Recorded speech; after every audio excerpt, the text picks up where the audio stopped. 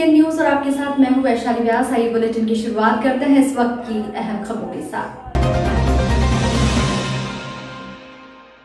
मल्हारगढ़ के ग्राम लुनाहेड़ा में सकल पंचों द्वारा अन्नकूट एवं भंडारे का आयोजन किया गया। सर्वप्रथम बालाजी महाराज की आरती की गई, जिसके बाद अन्नकूट का आयोजन किया गया।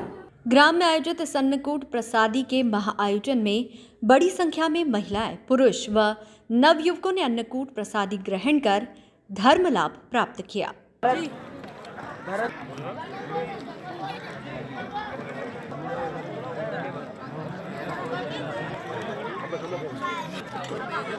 सभी ग्रामवासियों की ओर से सहयोग अच्छा प्राप्त हुआ है और हमने भंडारा अब गांव की सुख शांति के लिए किया है। इसलिए हम चाहते हैं कि हर वर्ष गांव वाले ऐसा आशीर्वाद प्रदान करते रहे और हम बालाजी की कृपा से ये भंडारा करते रहे। से भंडारे में बहुत सहयोग किया, उसके लिए धन्यवाद। आज जो ग्राम लुनाहेड़ा में अन्नकूट का आयोजन किया गया, बहुत ही बढ़िया कार्यक्रम संपन्न हो रहा है। मैं ग्राम पंचायत की ओर से समस्त ग्रामवासियों को शुभकामना देता हूं कि इसी सद्भावना का कार्यक्रम होते रहे और पूरे गांव खुशहाल और प्यार से कार्य होता रहे। इन्हीं शुभकामनाएं समस्त ग्रामवासी लुनाहेड़ा। बालाजी मंदिर आज लुनाहेड़ा में अन्नकूट का आयोजन समस्त ग्रामवासियों के सहयोग से किया जा रहा है।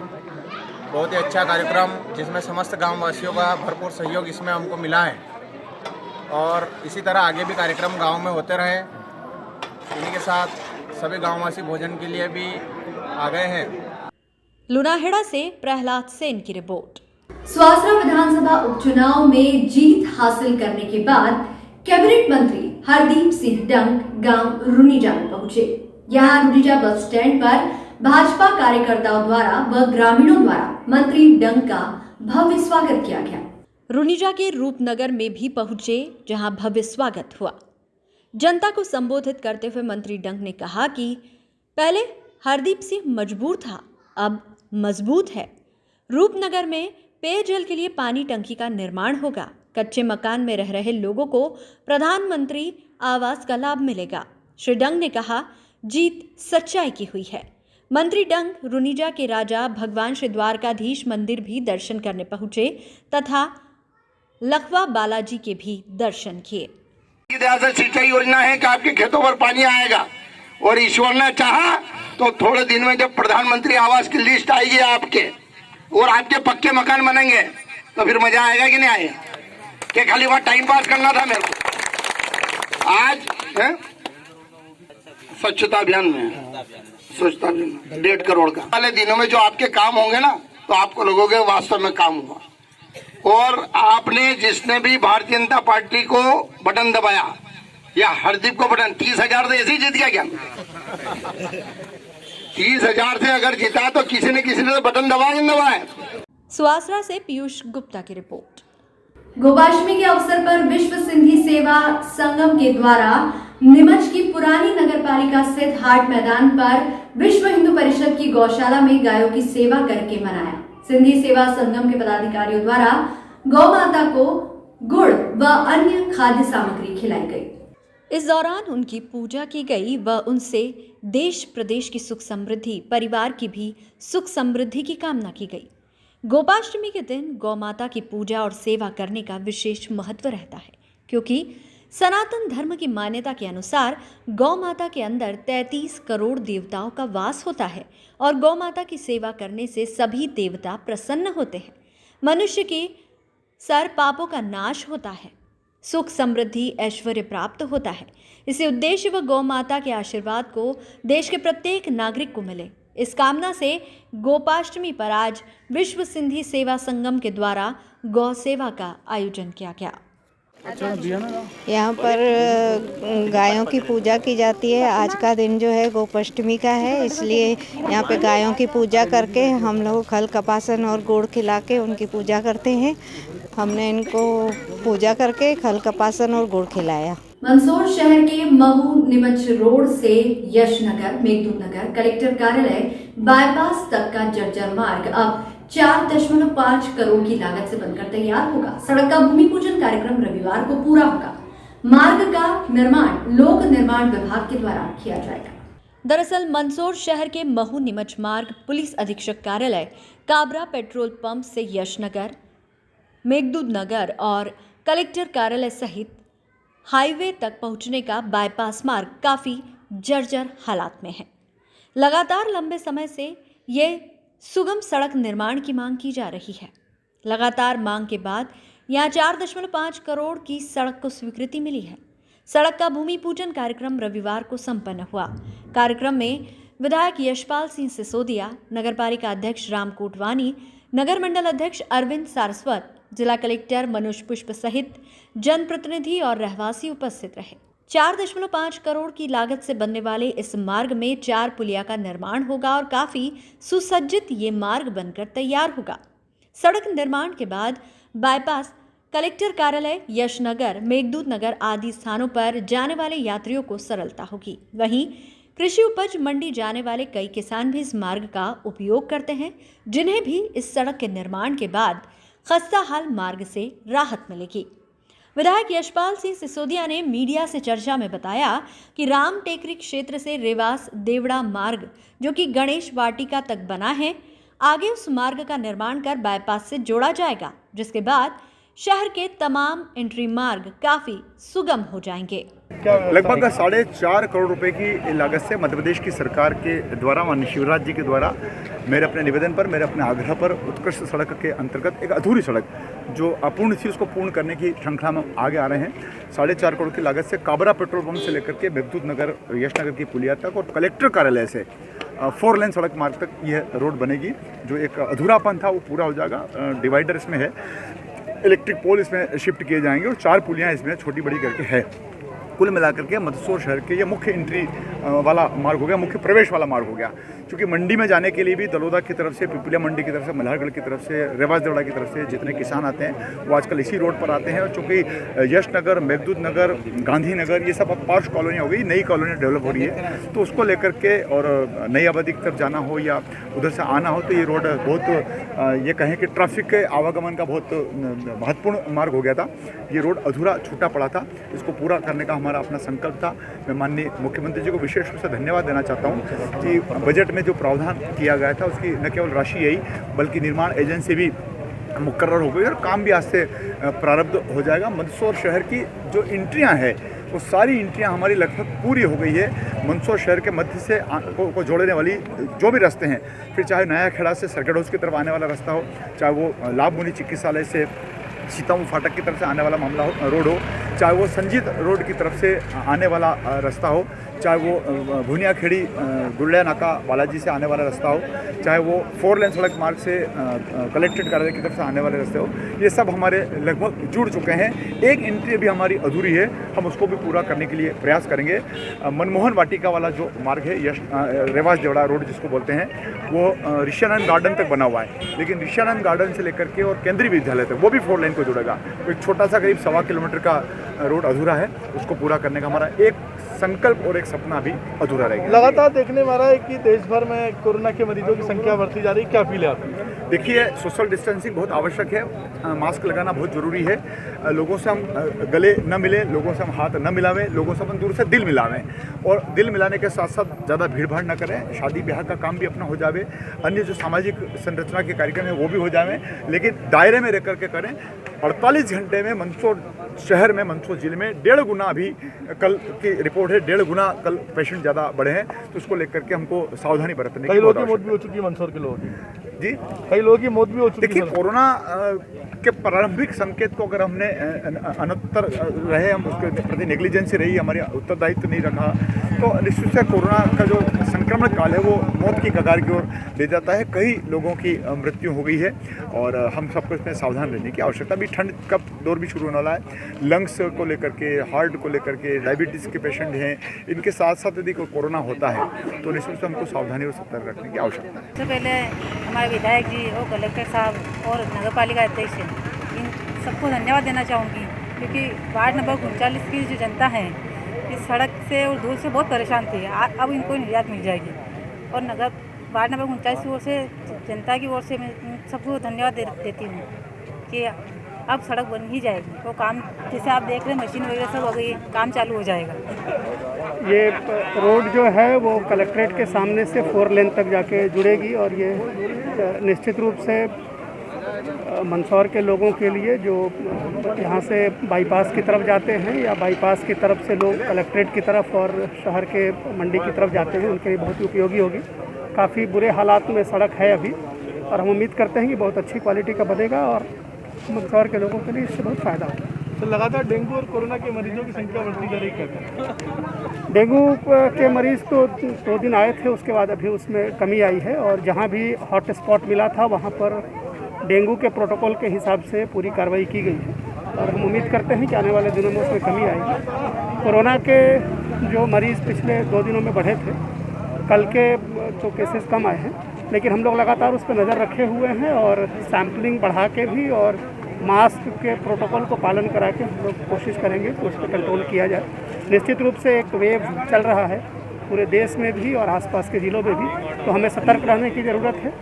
हम लोग जो सितंबर के महीने में केसेज आए थे उसके मुकाबले ही तैयारी कर रहे हैं और हॉस्पिटल के लिए भी ऑक्सीजन की व्यवस्था भी, बेड्स की व्यवस्था भी हमने माकूल कर ली है।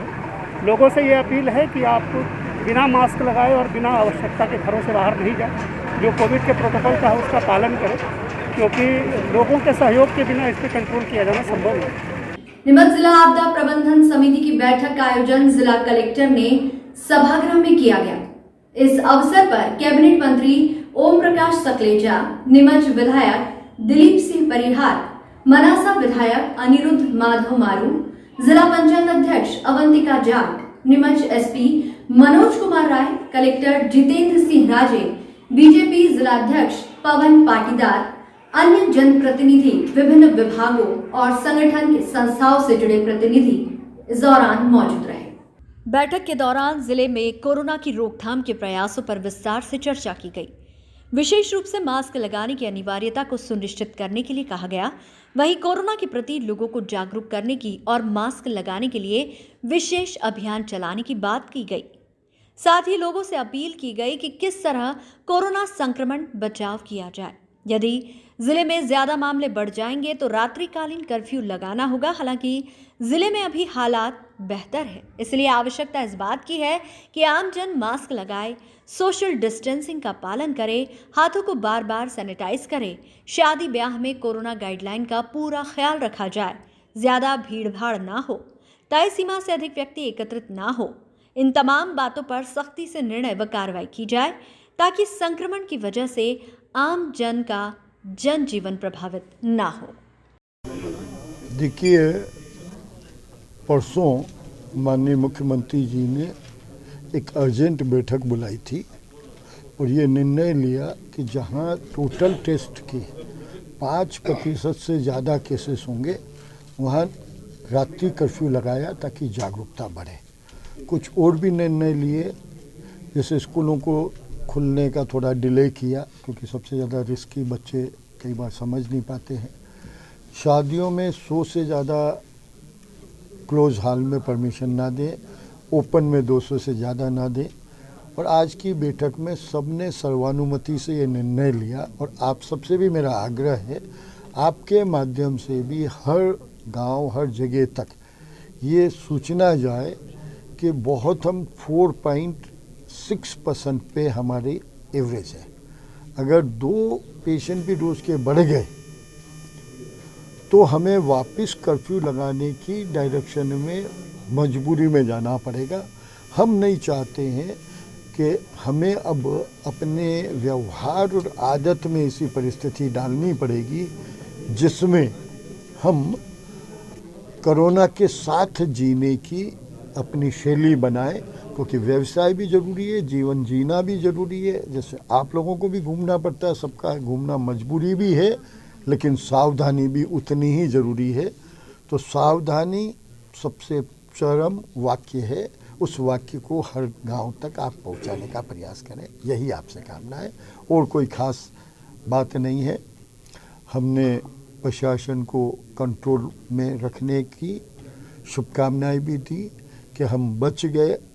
14 जिले आज नाइट कर्फ्यू में आ गए हैं अपने को और सावधानी बरतनी है। दिए गए निर्देशों के परिप्रेक्ष्य में की गई थी, जिसमें प्रमुखता इस बात पर जोर दिया गया कि ज़िले में पुनः जो मास्क अभियान की इंटेंसिटी बढ़ाई जाए। साथ ही साथ ये कोशिश की जाए कि जितने जो संदिग्ध केसेस हैं उनको भी पुनः उनकी स्ट्रिक्ट स्क्रीनिंग की जाए और उनको अपने सैम्पलिंग उनकी कराई जाए।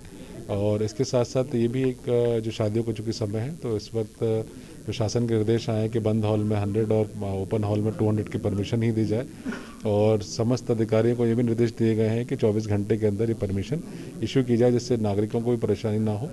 और साथ ही साथ जो आयोजक होंगे उनको भी सख्त हिदायत दी जाएगी कि वो जो शासन द्वारा जो नियम बनाए गए हैं सोशल डिस्टेंसिंग के, मास्क इन्फोर्समेंट के, उसका सख्ती से पालन करें। सर देखा गया कि नीमच में पेशेंट की संख्या बढ़ती जा रही है, एक दिन में 35-36 पेशेंट आ रहे हैं, इसमें लोग कहना कि कोरोना को भूल गए हैं, प्रशासन किस तरह सख्त अपनाएगा? जी, जैसा कि हम जानते हैं कि ग्लोबली और पूरे देश में केसेस बढ़ रहे हैं ठंड के कारण से। अभी कल हमारे 27 केसेस आए हैं और केसेस की संख्या आगे भी शायद बढ़ने के चांसेस हो सकते हैं, बिकॉज ठंड के कारण और त्योहारों के कारण लोगों का मिलना मिलाना रहा है। मास्क भी बहुत कम लोग पहन रहे हैं, तो हम लोग कोशिश यही कर रहे हैं कि मास्क को ज़्यादा से ज़्यादा बढ़ावा दें, क्योंकि अभी तक इसका वैक्सीन नहीं आया है। तो मास्क जितना ज़्यादा लोग पहनेंगे उससे इस बीमारी को बचेंगे। कम से कम भीड़ में जाएँ, हम लोग यही कोशिश कर रहे हैं। और साथ ही साथ हमारी ज़िला अस्पताल की समस्त सुविधाएँ जैसे पहले थी वैसे आज भी हैं। सारी व्यवस्थाएँ हमने ऑलरेडी चाक चौबंद रखी हैं, किसी भी अधिकारी को ड्यूटी से हमने हटाया नहीं है। तो सारे लोग अपनी काम दुरुस्त कर रहे हैं। हमारी बस लोगों से आह्वान ये रहेगा कि जितना ज़्यादा मास्क पहनेंगे हम लोग, मुझे लगता है बीमारी से बच पाएंगे। नीमच में थैलीसीमिया बीमारी के प्रति लोगों को जागरूक करने के लिए थैलीसीमिया वेलफेयर सोसाइटी द्वारा आज रविवार को सुबह नीमच सिटी से जागरूकता दौड़ का आयोजन किया गया। जागरूकता दौड़ नीमच सिटी से निकली, जिसको विधायक दिलीप सिंह परिहार ने हरी झंडी दिखाकर रवाना किया। दौड़ नीमच सिटी से प्रारंभ हुई, जो इंदिरा नगर, ग्वालटोली, जवाहर नगर, विकास नगर, LIC चौराहा, लॉयन डेन, लायंस पार्क चौराहा, दशहरा मैदान, मूलचंद मार्ग, बारादरी, घंटाघर, जाजू बिल्डिंग, टैगोर मार्ग होते हुए भारत माता चौराहा, फोर्ट 0 चौराहे पर पहुंची। दौड़ में शामिल लोगों ने आमजन को थैलेसीमिया बीमारी को लेकर जागरूकता का संदेश दिया। साथ ही रैली जिस मार्ग से गुजरी उस मार्ग पर सभी को बीमारी की जानकारी के पैम्पलेट भी वितरित किए गए और कई संस्थाओं द्वारा रैली का स्वागत किया गया। स्वागत करने वाली संस्थाओं को रैली के दौरान थैलेसीमिया बीमारी की जांच कराने के लिए शपथ दिलवाई गई। दौड़ के समापन पर फोर्ट 0 चौराहे पर आयोजित कार्यक्रम के अंतर्गत संस्था द्वारा रक्तदान करने वाले रक्तदाताओं को बीमारी से ग्रसित बच्चों द्वारा आभार भी व्यक्त किया गया। थैलेसीमिया वेलफेयर सोसाइटी के सदस्य सत्येंद्र सिंह राठौर ने जानकारी देते हुए बताया कि थैलेसीमिया एक ऐसी गंभीर बीमारी है जिसमें थैलेसीमिया ग्रसित बच्चों को हर माह खून चढ़ाना पड़ता है। खून की उपलब्धता रक्तदान दाताओं के माध्यम से होती है। कई बार उस ग्रुप का खून नहीं मिल पाने से खून का इंतजार भी करना पड़ता है। वैसे नीमच की जनता बहुत जागरूक है और सभी समय समय पर रक्तदान करते रहते हैं, लेकिन इस बीमारी से पीड़ित व्यक्ति के खून चढ़ाने की प्रक्रिया जीवन पर्यंत जारी रहती है। थैलेसीमिया बीमारी न हो, इससे कैसे बचा जाए, इसके लिए लोगों में जागरूकता लाने के लिए इस दौड़ का आयोजन किया गया है। कलेक्टर जितेंद्र सिंह राजे ने कहा कि संस्था द्वारा बीमारी के प्रति आम जन में जागरूकता लेने के लिए दौड़ का आयोजन किया गया है। ये एक सराहनीय पहल है। इस बीमारी की जागरूकता लाने के लिए प्रशासन द्वारा भी पहल की जाएगी। थैलेसीमिया आज हमारी पूरी वीक चल रही है। इसी के जन जागरूकता के परिप्रेक्ष्य में श्री सत्येंद्र राठौर ने आज एक दौड़ लगाई है पूरे सिटी में, और जिससे नीमच ज़िले के ज़िलेवासियों को थैलेसीमिया बीमारी के बारे में जागरूकता के लिए प्रेरित किया है। साथ ही साथ आज के कार्यक्रम के द्वारा हम लोगों ने आज आह्वान किया है कि लोग थैलेसीमिया बीमारी के बारे में जागरूक हों और इसके बच्चों के लिए जो भी सहायता बनती है वो करें। साथ ही साथ कोशिश ये रहे कि इसके विषय में जो भी जानकारी हमारे पास है वो हम लोग अपने आसपास लोगों को बताएं, जिससे इस बीमारी को हम लोग कंट्रोल कर पाएं। कोरोना की रोकथाम के लिए मंदसौर जिला आपदा प्रबंधन समिति की बैठक का आयोजन जिला कलेक्टर सभा हॉल में किया गया। बैठक में जिला कलेक्टर मनोज पुष्प, पुलिस अधीक्षक सिद्धार्थ चौधरी, विधायक यशपाल सिंह सिसोदिया, नगर पालिका अध्यक्ष राम कोटवानी सहित जनप्रतिनिधिगण और विभिन्न सामाजिक संगठन संस्थाओं से जुड़े प्रतिनिधि व पत्रकारगण मौजूद रहे। बैठक के दौरान जिले में कोरोना की रोकथाम के प्रयासों पर विस्तार से चर्चा की गई। कोरोना गाइडलाइन का पालन सख्ती से करवाने पर चर्चा हुई। विशेष रूप से मास्क लगाने की अनिवार्यता को सुनिश्चित करने के लिए कहा गया। वहीं कोरोना वायरस के प्रति लोगों को जागरूक करने और कोरोना की गंभीरता समझाने पर चर्चा हुई। जिला कलेक्टर मनोज पुष्प ने आमजन से कोरोना गाइडलाइन का पालन करने की अपील की। वहीं बताया कि जिले में अभी एक्टिव केस की संख्या 70 है। वहीं कई कोरोना मरीज अब तक ठीक होकर घर लौट चुके हैं। यदि जिले में ज्यादा मामले बढ़ते हैं तो रात्रिकालीन कर्फ्यू लगाना होगा। हालांकि जिले में अभी हालात ठीक है, इसलिए आवश्यकता इस बात की है कि आमजन मास्क लगाए, सोशल डिस्टेंसिंग का पालन करे, हाथों को बार बार सैनिटाइज करे आदि नियमों का पालन करवाने पर जोर दिया जाए। वहीं खास तौर पर शादियों में या किसी भी प्रकार के सामाजिक व धार्मिक आयोजनों में भीड़ कम हो, इस पर भी पूरी नजर रखी जाएगी। जो भी आयोजन होंगे वो कोविड प्रोटोकॉल के तहत होंगे और वहां कोविड गाइडलाइन का पूरा पालन करना अनिवार्य होगा। आगामी समय में जिला प्रशासन, समाज सेवियों, प्रबुद्धजनों और व्यापारियों के साथ बैठक कर कोरोना के विषय पर चर्चा कर प्रशासन का सहयोग करने व कोरोना गाइडलाइन का पालन करवाने की अपील करेगा। आपको बता दें कि जिले में बिना मास्क घूमने वालों पर चालानी कार्रवाई तेजी से शुरू कर दी गई। चालानी कार्रवाई के माध्यम से आम जन को जागरूक करने का प्रयास जारी है। कंडक्ट की थी, क्या मीटिंग थी और क्या उस पर अमल अभी कहाँ पर है? क्राइसिस मैनेजमेंट कमेटी की बैठक आज डिस्ट्रिक्ट लेवल की गई थी। कोरोना का जो वेव सेकंड और थर्ड जो भी आप इसको कहें, इसके जो मरीज बढ़ रहे हैं उसको लेकर आज बैठक में बातचीत हुई है। और ठंड का मौसम और शादियों का भी आने वाला मौसम जो है 15-20 दिनों का, इसमें लोगों के मेल मिलाप होने से इसके बढ़ने की जो संभावना है, इसके विभिन्न पहलुओं पर विस्तार से बातचीत की गई है। ये निश्चित किया गया है कि जो प्रोटोकॉल तय किए गए हैं उसका स्ट्रिक्ट पालन कराया जाए।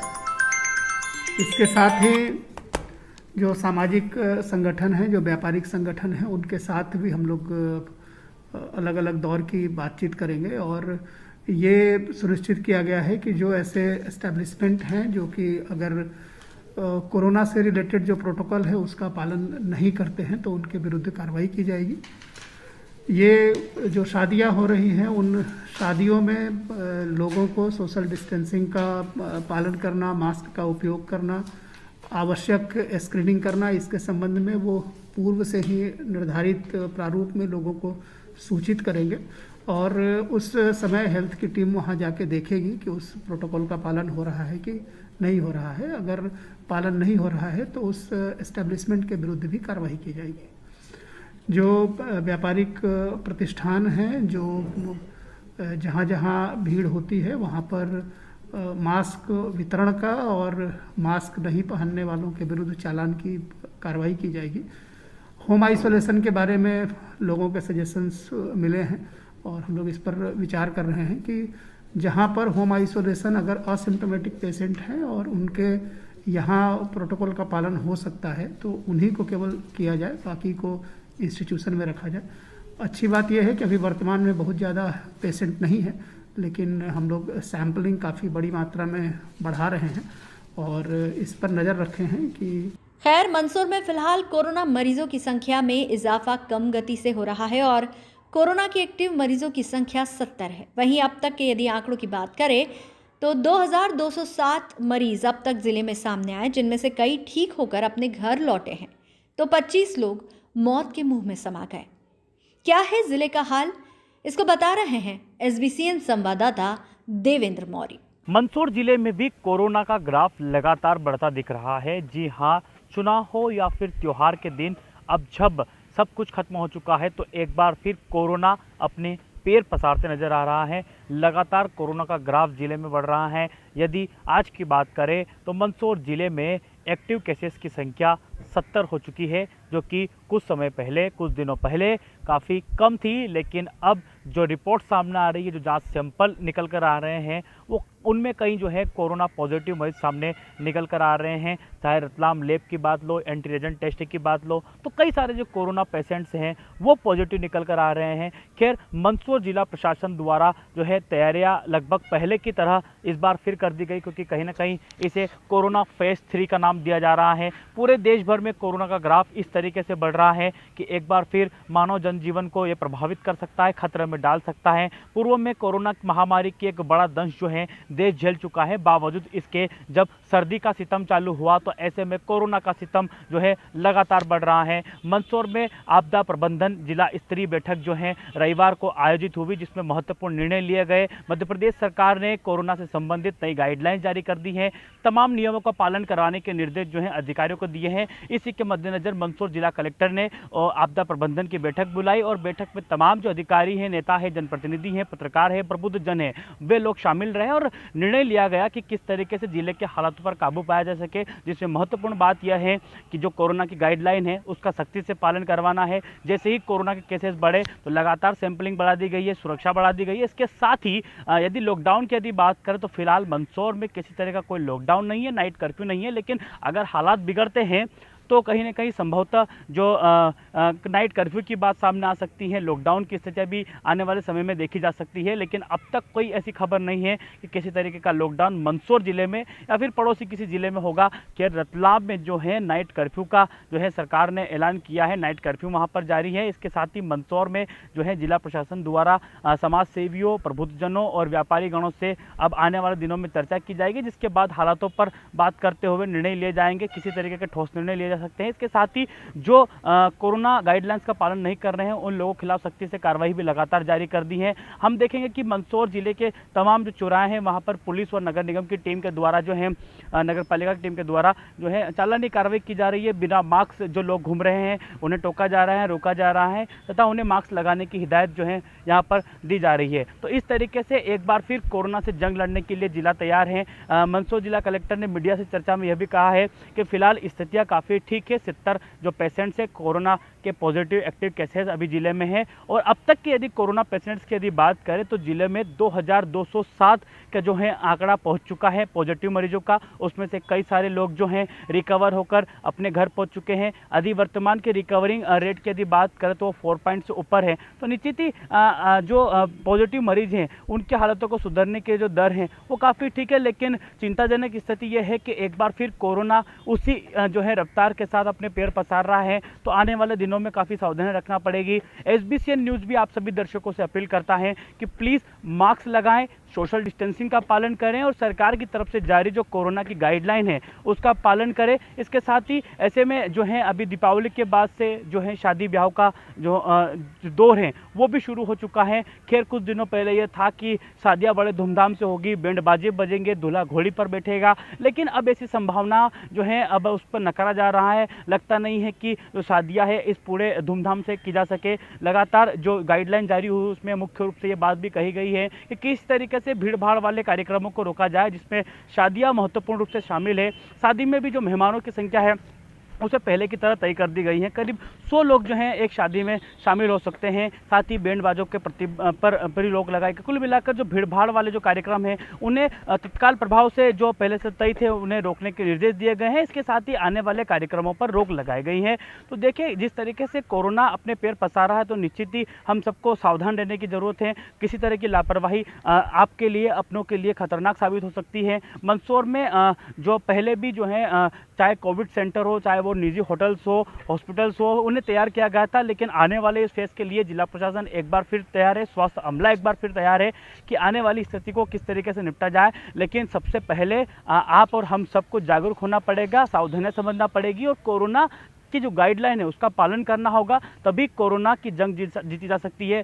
खैर WHO की तरफ से, वर्ल्ड हेल्थ ऑर्गेनाइजेशन की तरफ से, चाहे भारत सरकार की तरफ से कोविड की वैक्सीन का कोई जो है बड़ा बयान सामने नहीं आया है। कोरोना से हम सबको केवल मास्क लगाकर, सोशल डिस्टेंसिंग का पालन कर ही जीतना होगा। और यदि एक साइंटिफिक दृष्टि से कहो या फिर अच्छे डॉक्टर्स की अगर माने तो उसमें साफ है कि अगर मास्क लगाकर जो है चर्चा की जाए, बातचीत की जाए, सोशल डिस्टेंसिंग का पालन किया जाए तो कोरोना की जो 90% रिस्क है वो खत्म हो जाती है। यानी कि मास्क लगाने से और सोशल डिस्टेंसिंग का पालन करने से कोरोना की जो जंग है जीती जा सकती है। तो SBCN न्यूज़ आप सभी दर्शकों से अपील करता है कि प्लीज़ आप सब भी कोरोना के नियमों का पालन करें, कोरोना गाइडलाइन का पालन करें और ज़रूरत होने पर ही घर से बाहर निकले और अगर घर से बाहर निकलते हैं तो मास्क जरूर लगाइए। कैमरामैन नीरज सेन के साथ Devendra Maurya, SBCN times, Mandsaur. One विभाग नीमच द्वारा विभिन्न वन अपराधों में जब्त लकड़ी, गोंद, स्क्रैप, लोहा तथा अन्य सामग्री की नीलामी शुक्रवार को स्थानीय वन विभाग कार्यालय पर की गई। इस नीलामी में खैर, सागौन तथा मिश्रित प्रजाति की लकड़ी, बल्ली और स्क्रैप सामग्रियों की नीलामी की गई। इसके अलावा तेंदुपत्ता, स्क्रैप, लोहा तथा अन्य सामग्री भी नीलाम की जाना है। नीलामी क्रमशः 23 व 25 नवंबर 2020 को दोपहर 12 बजे पीजी कॉलेज नीमच के सामने स्थित वन विभाग के कार्यालय पर आयोजित की जाएगी। उक्त जानकारी देते हुए वन मंडलाधिकारी नीमच क्षितिज कुमार ने बताया कि इच्छुक काष्ठ एवं स्क्रैप व्यापारी वन मंडलाधिकारी कार्यालय नीमच में कार्यालयीन समय में संपर्क कर नीलामी से संबंधित विस्तृत जानकारी प्राप्त कर सकते हैं। शुक्रवार को नीमच कास्ट डिपो पर तेंदुपत्ता, बबूल, पंचमेल, आराम मशीन का स्क्रैप, अनुपयोगी लोहे की सामग्री, पुराने बांट, अनुपयोगी इंजन एवं प्रिंटर, टाइपिंग सहित अन्य सामग्रियों की नीलामी हुई। उपरोक्त नीलामी में जावद कास्ट डिपो, मनासा कास्ट डिपो, रामपुरा एवं रतनगढ़ कास्ट डिपो की सामग्री भी नीलाम की जाएगी। एनफोर्समेंट किया जाएगा और परमिशन के साथ साथ इसको हम ये भी देखेंगे कि आयोजक इसका उल्लंघन ना करें। देखिए, परसों माननीय मुख्यमंत्री जी ने एक अर्जेंट बैठक बुलाई थी और ये निर्णय लिया कि जहां टोटल टेस्ट के 5% से ज़्यादा केसेस होंगे वहां रात्रि कर्फ्यू लगाया ताकि जागरूकता बढ़े। कुछ और भी निर्णय लिए, जैसे स्कूलों को खुलने का थोड़ा डिले किया क्योंकि सबसे ज़्यादा रिस्की बच्चे कई बार समझ नहीं पाते हैं। शादियों में 100 से ज़्यादा क्लोज हॉल में परमिशन ना दें, ओपन में 200 से ज़्यादा ना दें। और आज की बैठक में सबने सर्वानुमति से ये निर्णय लिया और आप सबसे भी मेरा आग्रह है, आपके माध्यम से भी हर गांव, हर जगह तक ये सूचना जाए कि बहुत हम 4.6% पे हमारी एवरेज है। अगर 2 पेशेंट भी रोज़ के बढ़ गए तो हमें वापस कर्फ्यू लगाने की डायरेक्शन में मजबूरी में जाना पड़ेगा। हम नहीं चाहते हैं कि हमें अब अपने व्यवहार और आदत में ऐसी परिस्थिति डालनी पड़ेगी जिसमें हम कोरोना के साथ जीने की अपनी शैली बनाए, क्योंकि व्यवसाय भी ज़रूरी है, जीवन जीना भी ज़रूरी है। जैसे आप लोगों को भी घूमना पड़ता है, सबका घूमना मजबूरी भी है, लेकिन सावधानी भी उतनी ही ज़रूरी है। तो सावधानी सबसे चरम वाक्य है, उस वाक्य को हर गांव तक आप पहुंचाने का प्रयास करें, यही आपसे कहना है और कोई खास बात नहीं है। हमने प्रशासन को कंट्रोल में रखने की शुभकामनाएं भी दी कि हम बच गए। 14 जिले आज नाइट कर्फ्यू में आ गए हैं, अपने को और सावधानी बरतें। इस बुलेटिन में फिलहाल इतना ही। लगातार न्यूज अपडेट्स के लिए देखते रहिए SBCN न्यूज।